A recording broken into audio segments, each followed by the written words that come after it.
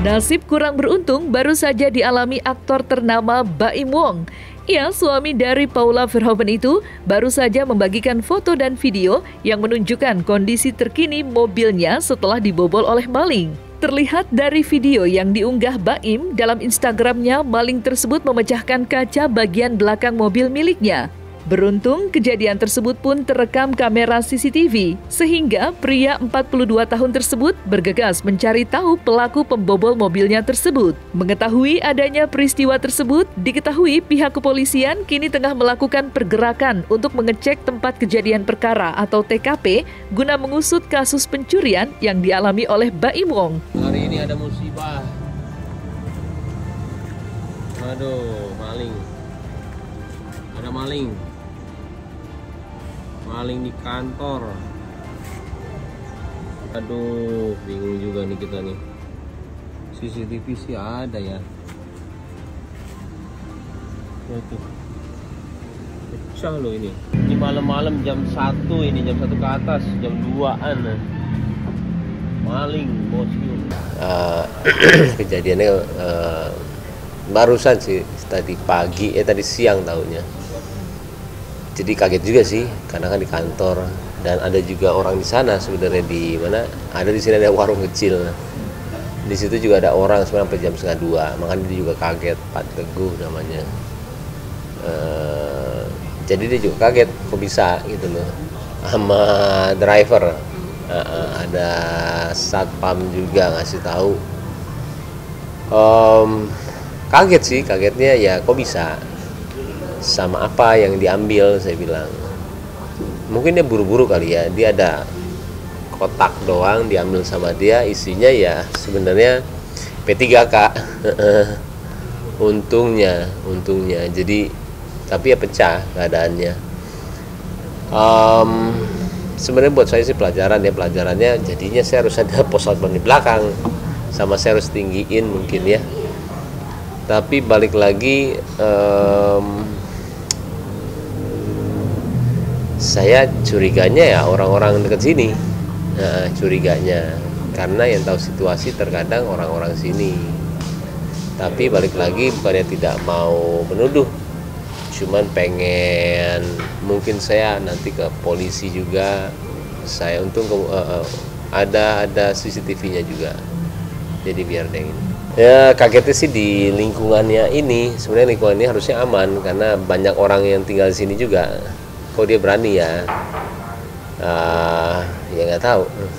Mobil kantor itu, yang operasional kantor, yang biasa buat kerja. Di sini kita ada operation untuk orang videographer, sama ada salesnya, kita butuh kemana-mana. Jadi itu mobilnya. Sementara sih belum, tapi belum. Saya belum ya, cuman ya masih menduga-duga aja, cuman ya belum. Menduga-duga sih. Saya udah lihat. Saya pengennya polisi aja yang ini.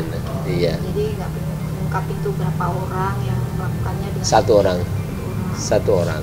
Dengan dipakai alat apa ya? Alatnya saya nggak lihat, kan mungkin dia nge-back ya, nggak tahu. Karena udah ada di YouTube saya juga. Karena saya jujur, saya dari tadi kerja, saya nggak sempet untuk lihat. Dari pagi saya kerja sampai tadi masih kerja, jadi saya nggak sempet lihat sebenarnya.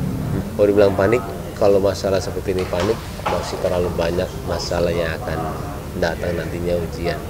Jadi buat saya enggak sih, kecuali mobilnya mungkin ya kalau hilang. Tapi kalau sementara itu adalah kaca, itu teguran sih. Kalau kaca yang diambil barangnya juga alhamdulillah ya cuman P3K, ya berarti teguran aja. Sebelumnya, nama Baim Wong juga sempat mencuat setelah sempat membuat laporan polisi atas kasus dugaan penipuan berkedok giveaway yang mencatut namanya.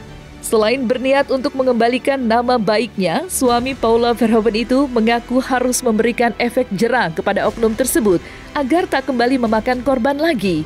Seperti diketahui, kasus dugaan penipuan dengan motif giveaway yang membawa nama Baim Wong itu telah berkutat liar semenjak tahun 2020. Merasa tidak ada perkembangan yang signifikan atas laporan yang dibuatnya, Baim Wong akhirnya mengumpulkan para korban agar dapat segera menyelesaikan permasalahan tersebut.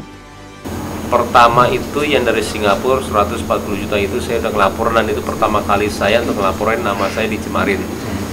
Yang itu belum ada perkembangan, saya nggak tahu. Habis itu saya ngelaporin lagi banyak tuh,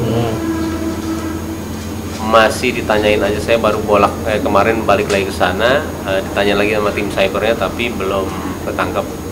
Alhamdulillah Polda Sumut, Cyber Sumut, terima kasih loh Sumatera Utara, itu keren banget. Maksudnya saya tidak ke sana, ada yang ngelaporin dari sana, langsung ditindaklanjutin. Saya senang banget. Nah, akhirnya dia kabarin udah ketangkep 1 orang. Dan enak banget sih, dia itu sebel banget saya ketika udah ditangkap. Dia bilang, "Ya udah, kita damai ya, saya balikin duitnya." Duitnya banyak, 150 juta. Jadi semuanya dibalik-balikin, digampangin masalah begini. Yang saya bilang, saya nggak mau damai, saya bilang harus dihukum. Tapi orangnya bilang, "Mas, kalau duit saya nggak balik gimana?" Tanya sama polisi deh, polisi lebih tahu sebenarnya apa yang harus dilakuin. Tapi kalau semua orang begini nggak akan jerah-jerah, saya bilang. Nah, ini tuh tanggal 11 Maret, bayangin aja, saya tuh ngalamin ini tuh udah dari tahun 2020, yang sampai sekarang tuh nggak kelar-kelar. Yang tadi saya bilang saya udah pasrah tuh, ya nama saya pasti jelek ya, karena kan mereka pasti kesel. Cuman saya nggak bisa ngelakuin apa-apa sampai saya tahu kalau yang ketipu itu orang-orang yang nggak mampu semuanya. Katanya dia juga tadi minjem juga dari kakaknya, betul ya? Iya. Saya juga banyak yang ketipu tuh minjem semuanya dan itu tukang cilok lah, tukang apa yang berekspektasi 5 juta aja gede banget.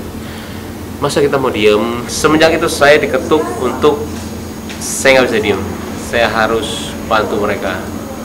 Yang kadang-kadang tanpa kalian tahu juga, ya pasti kita bantu lah ya, pasti kita mengganti. Cuma kan ya nggak bisa semuanya. Ya kadang-kadang saya tergeraknya, ya udah deh, yuk kita bantu yuk, karena orang-orang kecil semuanya gitu. Bukan karena nama saya dijelekin sama mereka, enggak. Saya lebih ke arah merekanya itu kasihan lah. Mereka itu yang ketipu ya mengharapkan 1 juta tuh gede gitu loh. Nah sekarang balik lagi, kalau misalkan ada yang memang masih ditipu segala, karena ini langsung ketika ada teman saya kebetulan orang TV ada yang tipu, kesini deh, saya langsung aduin polisi, semuanya begitu aja. Ketika ada polisi terus saya begitu, sampai nih semua orang kena tangkap bodo amat. Secapek apapun saya terserah deh.